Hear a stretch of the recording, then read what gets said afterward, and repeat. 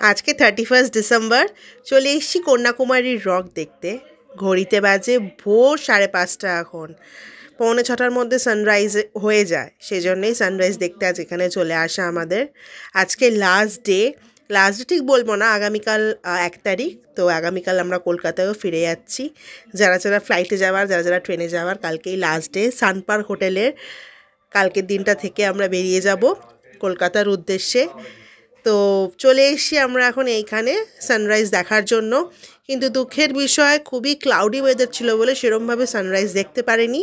মানে সানরাইজ হয়েছে সেটা দেখতে পেরেছি, অন্ধকার থেকে পুরো সানরাইজ হয়েছে, একদম এরকম হয়েছে। বাট সানরাইজের যে পিওর যে সুন্দর যে দেখা সৌন্দর্যটা, সেইটা আমরা দেখতে পারিনি। তো ঘড়িতে বাজে এখন 6:10, চলে যাচ্ছি, লাইনে দাঁড়িয়ে পড়ছি। এবং বিগত 2.5 ঘন্টা লাইনে দাঁড়ানোর পর আমরা কন্যাকুমারী রকে কিন্তু যেতে পারি। তো তার স্টোরিটাই তোমাদের সাথে আজকে শেয়ার করবো। এই ব্লগটা আজকে কন্যাকুমারী রক নিয়েই, সো তোমরা দেখতে থাকো। লাইনে দাঁড়ানোর পর 8:30টায় যখন গেট খোলা হলো, তার আগে ওয়েদার রিপোর্টটা আমরা জানছিলাম বারে বারে, যাতে আজকে এমনও হয় ওয়েদার রিপোর্ট যদি খারাপ আসে তখন কিন্তু নিয়ে যাওয়া হয় না রকে। তো সেদিনকে পুরো ক্যান্সেল হয়ে যায়। এবং হতেই পারতো কালকে যখন আমাদের কলকাতায় ফেরার ডেট, আমরা আজকে যদি ওয়েদার খুব খারাপ থাকতো তাহলে আমরা কিন্তু দেখতে যেতে পারতাম না। এখান থেকে ভিউটা কিন্তু খুব অসাধারণ লাগছিল। এবং এতটা অত্যাধিক হাওয়ার আওয়াজ, আমার কথা তো পুরোপুরি শোনা যাচ্ছিলই না। ইভেন পাশেও যে আমার পাশে কথা বলছে তারটাও ভালোভাবে শোনা যাচ্ছে না, যদি না সে জোরে বলে কথাটা।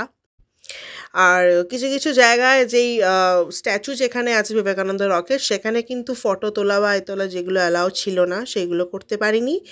এবং নিচে সেন্টার আছে, স্ট্যাচুর নিচে একটা ছোট্ট সেন্টার আছে যেখানে বিবেকানন্দ ধ্যান করেছিলেন, সেই জায়গা। এবং পুরো এক্সিট পয়েন্টে যেখানে যাওয়া বেরোনোর রাস্তা আছে, সেখানে বুকস আছে বিবেকানন্দের ওপর, এবং অনেক সুন্দর সুন্দর ঘর সাজানোর জিনিস আছে, সেগুলো পারচেস করা যেতে পারে। বাই লাক আমরা এটা দেখতে পেরেছি, সেটার জন্য খুব লাকি নিজেকে মনে করি, কেন ওয়েদার কন্ডিশন খারাপ থাকলে এখানে কিন্তু আসা যাবে না। আজ 31 ডিসেম্বর, আর সেই কারণেই কিন্তু আজকে এই ভিড়ের মহলটা বেড়েছে। আজকে এখানকার যারা লোকেরা তারা কিন্তু আজ কন্যাকুমারীর রকে দেখতে এসছেন, এবং আমরা তো ট্যুরিস্ট, তাই জন্যই আমাদের আজকে এরকম ভিড় ঠেলে 2.5 ঘন্টা লাইনে দাঁড়িয়ে সানরাইজ দেখা বলো বা বিবেকানন্দের রকে আসা বলো। আমরা বাঙালিরা কলকাতায় থাকাকালীন 25 ডিসেম্বর মানে কিন্তু আমাদের চিড়িয়াখানা যাওয়া, মিউজিয়াম যাওয়া, তেমন এখানকার লোকেরাও 31 মানে ওরা কন্যাকুমারী রকে ভিজিট করতে আসবে। সেই জন্যই কিন্তু আজকে এইভাবে ভিড়ের মহল। এবং আগে থেকে এসে লাইন না দিলে দেখতে দেখতে এরপর 10টার পর যদি আমরা লাইনটা দিতাম, প্রচুর লেট হয়ে যেত। আমরা আদৌ দেখে কতক্ষণে ফিরতে পারতাম সেটা কিন্তু বড় একটা প্রশ্নের মুখে পড়তে হতো। সেই জন্যই সকালে এসে লাইন দেওয়া এবং দেখতে আসা আমাদের এখানে।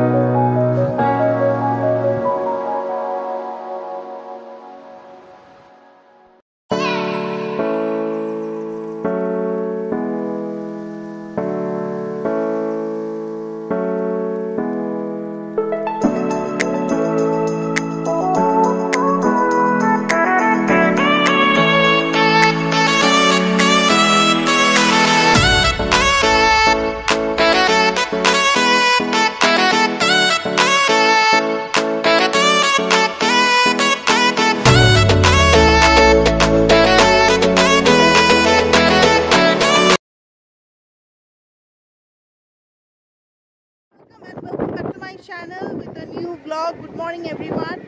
Advance happy new year. আর সবার 2023 আশা করি খুব ভালো কেটেছে। 2024 যেন আরো খুব ভালো কাটে সেটাই আজকে আমি উইশ করি তোমাদের। আজকে 31st, কার কি প্ল্যান আছে আমাকে কমেন্টে জানিও।